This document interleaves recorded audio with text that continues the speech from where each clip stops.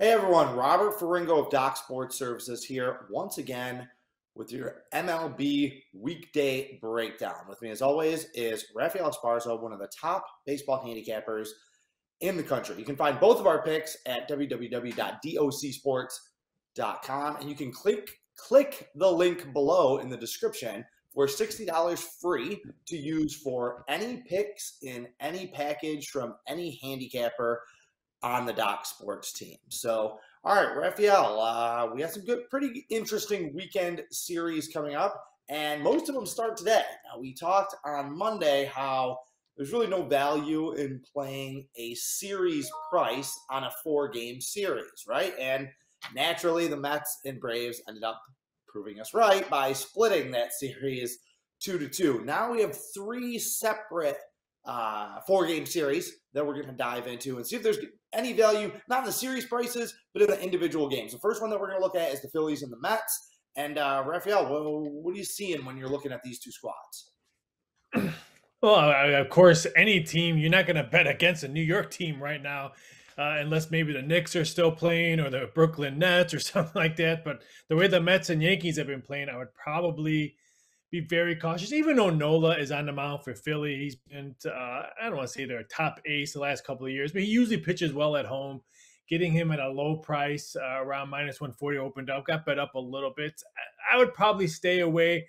I know Walker's been pitching pretty well, but I would want to say he's a weak link on that staff for the Mets. But if I think if you're the Phillies, maybe this one might be there because you have Mad Max pitching tomorrow against, I think, Gibson for the Phillies. And then I think the next day, I think you got Zach Eflin versus Chris Bassett. I would probably look at both and maybe the Mets winning those two. I think if you're the Phillies, you need to win this one because you do not want to go in. Let's face it, Mad Max is probably going to dominate next week. Tomorrow's games will be 1-1. So now you're rolling the dice on Saturday with Bassett and Eflin.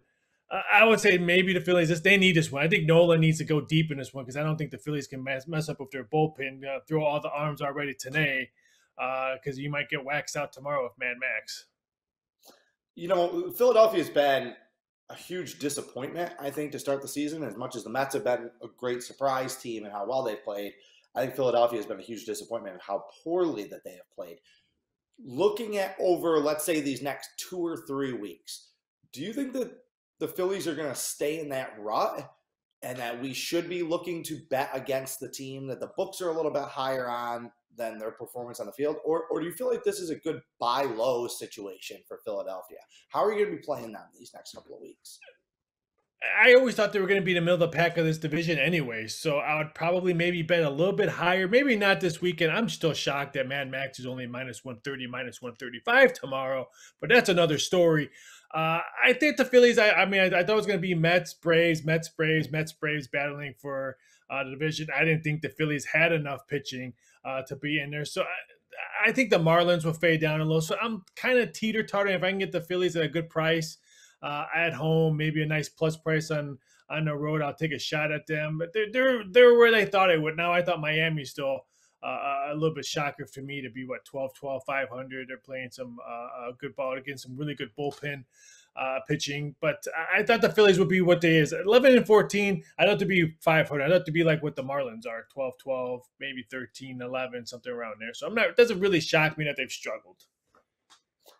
I think Sunday is the game to look for some fireworks. Philadelphia's bats are bound to break out. The Mets have been hitting the ball really well. Ranger Suarez is not a good pitcher, the lefty in Philadelphia's lineup. And Kookie Carrasco has been great for the Mets so far, but he was always a real hot or cold guy when he was in Cleveland. I think Sunday's game is the game that we're going to see some runs. So you brought him up, so let's talk about him. The Marlins, a little bit of a surprise team, cashing some tickets, are going out to San Diego, who is also a surprise in that they are playing as well as they are. Everyone kind of wrote them off in the West because they weren't going to have Fernando Tatis for a good portion of this season.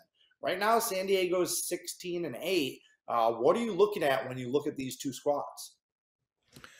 Did I wish San Diego was on the road, not at home? Because they're 10-5 on the road on this one. But I like San Diego to take it. This is a horrible cross-country trip that Miami had. They went home. Now they're flying to San Diego. Probably got in late. Hopefully had some fish tacos before they went to bed. I'd like the Padres to steal Thursday's game with Nico Martinez on the mound, but this is a bad. I think bad case for Phillies. This is where I think maybe the Marlins go down a little bit, and I think San Diego boosts up. I'm not shocked that they're not 16-9. I thought, yeah, Tatis is going to be out, but they still have some quality players. There's still some guys that I thought maybe didn't play well last year. They're hitting the ball and playing well this year, and against some pitching. And I almost cried with Clevenger yesterday in his interview of his coming back. I mean, I know his pitches weren't in the 90s. His curveball didn't have the snap. But if they can get anything out of Clevenger this year at San Diego, they'll be in second place all season because they're not passing the Dodgers. So you think that the Padres are for real right now, and this is a team that you expect to stay at that level all season, huh? Yeah, I'm not sold. I mean, I'm not sold on the Giants this year. I think the Giants team is a little bit weaker this year than they were last year, unless they make some trades. The Giants always make trades during a trade deadline. Let's face it, Arizona is not going to be there, and I'm not sold on Colorado. Once the summer gets there, they'll fade away. But I think the Padres can battle for second and third. When I look at the Padres, I think that they're inflated and overvalued. Okay, their schedule has been an absolute joke to this point. Just look at the last few teams that they played: the Reds, the Tigers, the Diamondbacks. Their last series loss was when they lost 2 out of 3 to the Dodgers, and the only game they won in that series because Zach Gallen was superhuman for that game. So. And here, San Diego, again, as you touched on, they have the situational advantage of they're playing at home against a team making a cross-country trip. So, I hope they take 3 out of 4 in this game. I hope that those odds keep getting pumped up on San Diego because this is a team that I'm going to be looking to bet against as soon as they run into any realistic competition. They haven't had to play anyone really from the East yet. Not on the road, not they haven't had to make that long East Coast swing for 10 games, but we'll see. Now, Miami, what do you make of the Marlins here? Because I think that they're performing a little bit better than a lot of people expected. Their starting pitching has been outstanding. They had won 7 games in a row, and then they get swept at home by the Diamondbacks. So, is Miami coming back to reality, or is this team going to kind of quietly be stalking and kind of in the mix in the East this season? I mean, those 2 out of 3 wins against Seattle was impressive. I'm not sold on the 3 wins that they had on Washington because I think me and you can both agree that Washington's not that good of a team, especially on offense. So I was more impressed winning 2 out of 3 with the Mariners. More than I was impressed with their wins against Washington. I think Miami, if they can continue to get quality pitching, I think they can be something to look at because here's another team. They can maybe make some trades during a trade deadline and maybe try to get a wild card spot because everyone's going to make the playoffs pretty much this year with the additional wild card spots. But I like this Miami team. I think now that Jeter's gone, they don't have that headache in there. I think they can just go in there and play some ball, and Don Mattingly's getting the best out of all these guys, especially when they rest some starters and the young guys get some playing time. I like this Miami team. I will be looking about this series under. The Padres are 4th in the league in runs scored. Their offense is kind of overachieving at this point. And Miami starting pitching, when they're on, they're really, really good. Good pitchers park. You got Alcantara tomorrow, Lopez on Saturday, and then Rogers, who is just due for a good start. San Diego's frontline starters, we all know about them. Sean Manaea was one of the best pickups of the offseason. I think that he has been dominating. I'm looking for run a chase on the under in this series, and you're going to hit there. So, all right, you brought them up because you said you're not as high on them as some people. I was not as high on them coming into the season either, and I was ready to eat my words. San Francisco, they're hosting the Cardinals in a very, very good series this weekend. What do you think when you're hearing about San Francisco, Raphael? Is this a team to bet against, or should we all just jump on the bandwagon?